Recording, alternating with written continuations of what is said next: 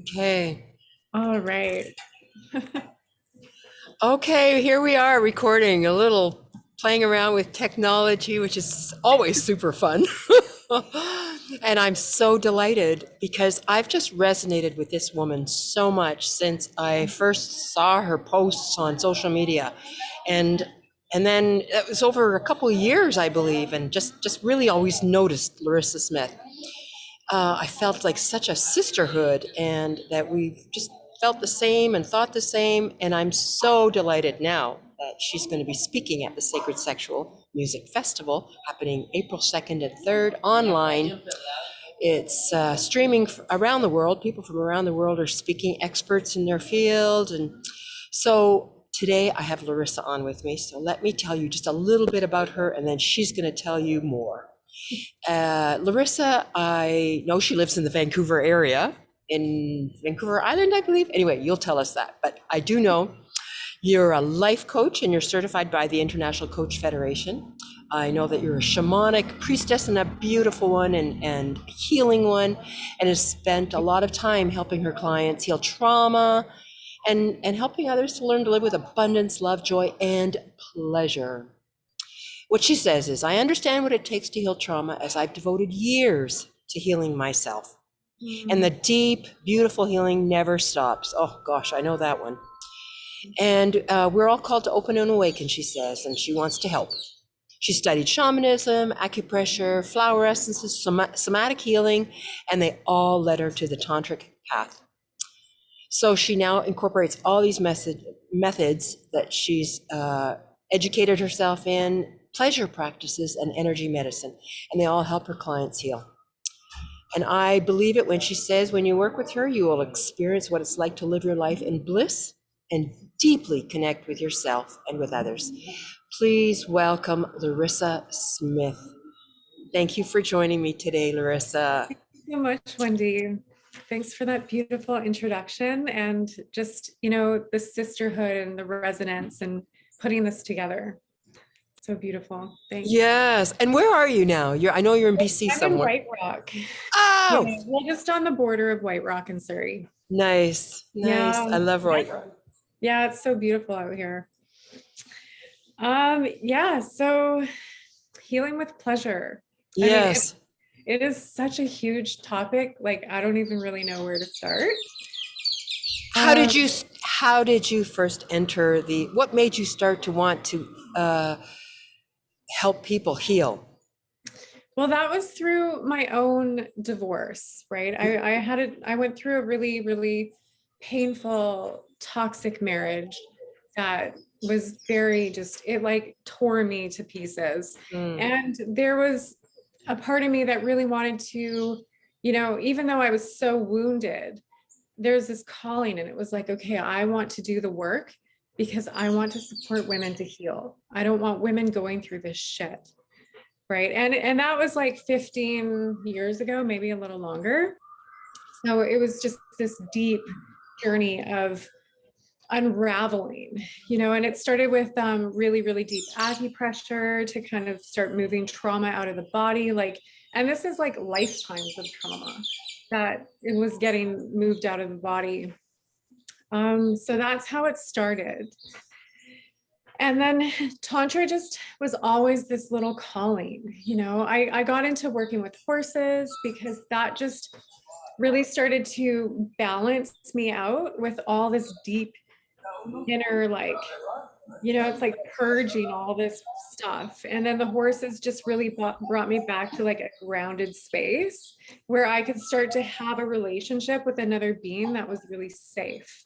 mm, All the horse wants is for me to be in my heart, for me to feel love, and for them to connect in my authenticity without them hurting me. It's like the more I'm in my heart, the more they love, right? right. That's just, it was so healing for me. And then also the fact that they need great spaces to survive. So I mean, they took me right into nature, like the depth of the Squamish Valley, and just like riding through nature, healing my body. It was just so incredible. And I always had this little calling of Tantra, and I was like, I don't know why, but like Tantra is just calling me. And when I did my shamanic priestess process, my high priestess told me that when I was living my right livelihood, I would be teaching people how to have pleasure in their body. So I was like, oh, okay, that's interesting. Like, I didn't really understand it. And then I just kind of started researching Tantra. And, I had my daughter at the time, so I couldn't travel anywhere and leave her for like months at a time. And then then my life got a little more chaotic and crazy. And it was like, the trauma was still there and it was still leading my life. And then I ended up getting sexually assaulted, and I ended up being very violated by a man who it was really horrible. And my life completely fell apart. And I lost my daughter. Like, it's a very intense story. So I lost my daughter for about 4 years. I didn't really have like that deep connective contact with her. And there were times where I had nowhere to live, right? It was horrible, horrible. And I was having massive anxiety, massive panic attacks, suicidal thoughts. And it was just like, it was the bottom of the bottom. And that's when I started researching Tantra, and I found little like weekend retreat courses, but they didn't really do it for me. And then I found my teacher, who I worked with for just under 2 years, and started doing like the deeper work, the meditations, the breath work, and, the pleasure practices. And that's where my life really began to turn around. So I went from living in this perpetual state of trauma and survival to actually being able to restore my nervous system and relax and not live in that survival, panic all the time. I healed my chakras and started realigning my relationships, and relationships with men that were like toxic started falling away. And that patterning of how I would attract and draw men in started to shift. And, as I proceeded like up the chakras, eventually in the heart chakra, 3 days after I started applying that medicine to my body, I saw my daughter and hugged her for the first time in about 3 years. 3 days after. Right. And my relationship with my mother started shifting. My relationships with all people started shifting, because the relationship with myself began to weave together with love. Yes. And as I started applying pleasure, because I had such a traumatic life, the pleasure practice was like a relief. That's how it felt, and that serotonin and oxytocin that I speak so much about in my posts started flooding my body. And it's like all of a sudden the trauma was gone, and I was full of pleasure and oxytocin and serotonin, which is medicine. I was full of this medicine that only I could give myself from the inside out. And, it started, I guess, I don't know, my life just entirely changed. My self-worth started coming back. My understanding of pleasure in the woman's body as something that I can take into my own control. It's not something to like go find a guy and he does that for you. Right. And then the toxicity of the patterning shifts, because I'm like, no, the vows that I've made to myself on my tantric table as I do my own practice, as I release patterns and I cry, and then I vow to myself, like, I promise I will only bring love into my body. Beautiful. Right. And then like being able to connect with my mother's lineage. A lot of people think orgasm is this like ecstatic, you're on like these, I don't know, something really, really magical and amazing. And sometimes it's literally just connecting with like my mother, right? Which is, you don't normally think that, but it's connecting to like the essence of my existence here. And then understanding that some of the patterning from the mother-daughter relationship is from her own wounding, and then being able to like just have massive compassion and heal that. And my relationship with my mother is absolutely incredible at this time. Beautiful. I want to interject here because it seems, even though you've experienced such trauma and such stress and anxiety, it seems that's where we need to go. So I have my own similar story, that to go to heal, to deeply heal, and to really know when we're dealing with anyone else, we have an understanding. We've been there. Exactly. Right. And we can support them to move out with Yes.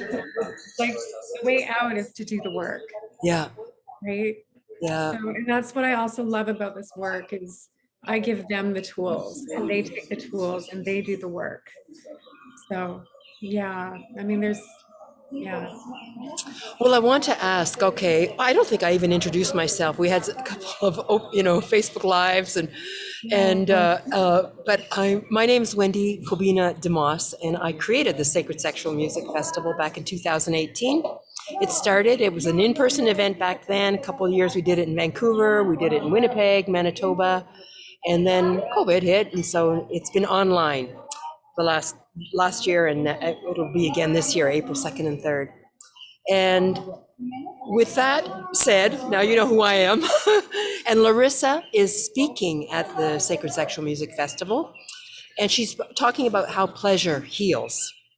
And so, as you can tell from her story, she's been there. She's been there. She's healed herself, done so much healing. She has a deep understanding of how to bring that to others. So, can I ask? Say, Larissa. I want to come and see you for a session. I feel deep trauma. I've noticed deep trauma. There are some areas around sexuality that I want to feel more comfortable. How can you help me? I'm at your front door. You welcome me in, and what would be your first steps? My first steps are to really sit down, connect, and we do some breathing together. And then I usually explain why we do all these practices. And I take my clients through a meditation. So we normally do, maybe I'd say like 10 minutes of breathing to just fully relax the nervous system. And then we go through meditation to connect the mind, the body, and just really, continue like deepening into the body. And then for women, I actually teach them probably about 3 weeks into it, so not right away, just to like really start to integrate the body into their practice, right? And then slowly start to integrate pleasure, because it's such a different process for women Yeah, than it is for men. With men, it's opposite. I'm usually like slowing down the pleasure, right. letting them breathe that energy up. So yeah, that's one Well, process. it sounds like it would be a very potent session, just because anything that can bring you back into feeling your body is when you've had such trauma. My experience is, yeah, you leave your body. You have to, in order to Yeah, survive or keep yourself feeling safe. yeah. So, tell me about shamanic priestess. Oh, How did you? that was such a long time ago. Everything I do is always a calling, right? Mm, yeah, So yeah, that was in 2008. And it was such a beautiful, potent experience to be with women and start diving into, the sacred marriage between the masculine and feminine and the shadows of that women have. And yeah, and then just really stepping into sacred work, like what is sacred work, and just really understanding how powerful women are as creators, and we can literally create anything that we truly desire in our heart. yes. Yeah, and just having that sisterhood too. Mm. So yeah, it's a long time ago. So powerful. Yeah. Sisterhood. And I'm so delighted that, yeah, I was raised in an era where, women did as men were told. Women hardly, I mean, it was not long after I was born, or before I was born, that Yeah, women could vote. Like, that's crazy. Wow. so we've come a long way, and it's Uh, people like you who are offering, who've gone through the work, who've done the work and done the deep healing. And yeah, in my estimation, that's what we're called to do now, is no, heal. that's exactly what I feel. Like that's the reason we're here. Yeah. Yeah. We're here at this time to bring, the feminine and healing to this planet. So Yeah. Beautiful. Yeah. Tell me more. You're in White Rock, and so imagine I've been seeing you for 6 months. I've been seeing you for a long time. What would be a more advanced technique that you'd share with me? a more advanced technique. So that would be more like definitely going into the yoni Mm-hmm. and, using a wand as a sacred. I really like the crystals to go Yeah. inside and Have connect one. with, yeah, and just connect with the different pleasure zones, all the different spots inside, you Yeah. know, and really just hold them in and check to see if there's any numbness, any pain, any stuck energy inside of the yoni, and then really just start to breathe somatically to Yeah. release that energy out, right? It's a Yeah. very slow process and just yeah, really awakening the yoni to sensation and pleasure so that it feels like, the roots of a plant that's always alive and awake, just like nourishing your body entirely and feeling that turn on Yeah. as your Yum. soul power. Yeah. So that's really what I would do. Have you explored orgasmic meditation? No, Do you know about that? Okay. don't. I'd love to learn more. It sounds like what you're suggesting. It's a Okay. very safe, controlled, it's Yeah. a partner exercise. And yeah, Great. it's just about receiving pleasure. It's Oh, all, beautiful. Is that Oming by chance? yeah, yeah, that's it. Oh, okay, Yeah. yeah. I've heard about that. Yeah. Hmm, nice. There's some good practitioners in Vancouver if you ever want to explore. I have some names too. I could offer you Nice. Okay. if you want to explore. Um, is there anything else you feel like people would be great to, would need to know about to Hmm. sense their own healing, or take the first step? What Yeah, about the stigma around, let's address the yeah, there's, stigma around coming for a session where, you may have your yoni touched by a practitioner. You'll be perhaps touching your own in front of your practitioner in order for, in order for guidance. Do you have right. any words on how people can overcome that stigma? Yeah, it's a process to get through that shame. Hmm. And really, like the more that you embody that and go there and just blast through the resistance, the more that you actually just really get to relax into your femininity and Mm. and then just blast away the shame, Yay. right? So it's really feeling the resistance and just going through it. Like when you don't want to do it, you just do it for 10 minutes, Yeah. And right? it's Baby, wonderful. And yeah. it's wonderful to have you there as support, because people could just say, "Oh, that's too much. That's too Yeah. much for me. I'm done." And to have somebody who's so skilled and offering guidance, I imagine Yeah, would be. I do find that a lot actually, because I work with a lot of women online Mhm. and there's often, I would say almost always, that they really resist doing their pleasure practice. soon as it comes down to touching the yoni, you're just like, I have groceries to get. I have this to do, Mm, I have that to do. So I see a massively huge resistance there. yeah, So I've totally shifted how I do my work. And now it's like, okay, online, we're actually doing pleasure practice. We're doing the embodiment practice. And you are like committing to doing this practice yeah, with for this time. yeah. There's no Beautiful. getting away from it.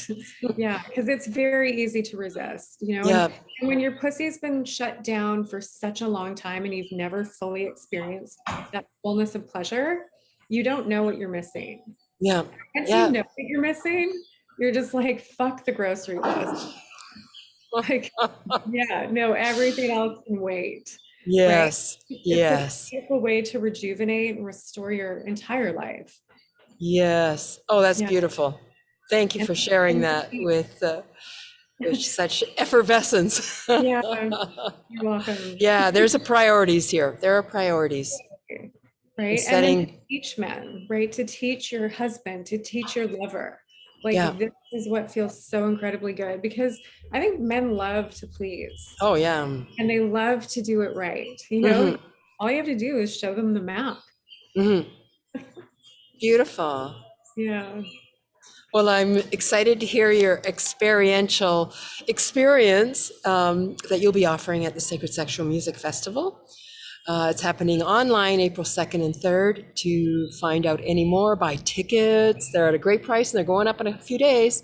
So check out sacredsexualmusicfestival.com. And it's music because I'm a musician and I love to bring my music and to encompass such a sensitive, what can be a very sensitive and triggering topic, and bring deep healing, which I believe music is all about. Mhm. And so please join us and join Larissa. I'm delighted to actually finally speak to you in person, Larissa. I love your energy and I love what you do. It's so needed. Let's see you all April 2nd and 3rd. Blessings, and we'll see you at the festival. Yeah. Thank you so much. Bye for now. Bye.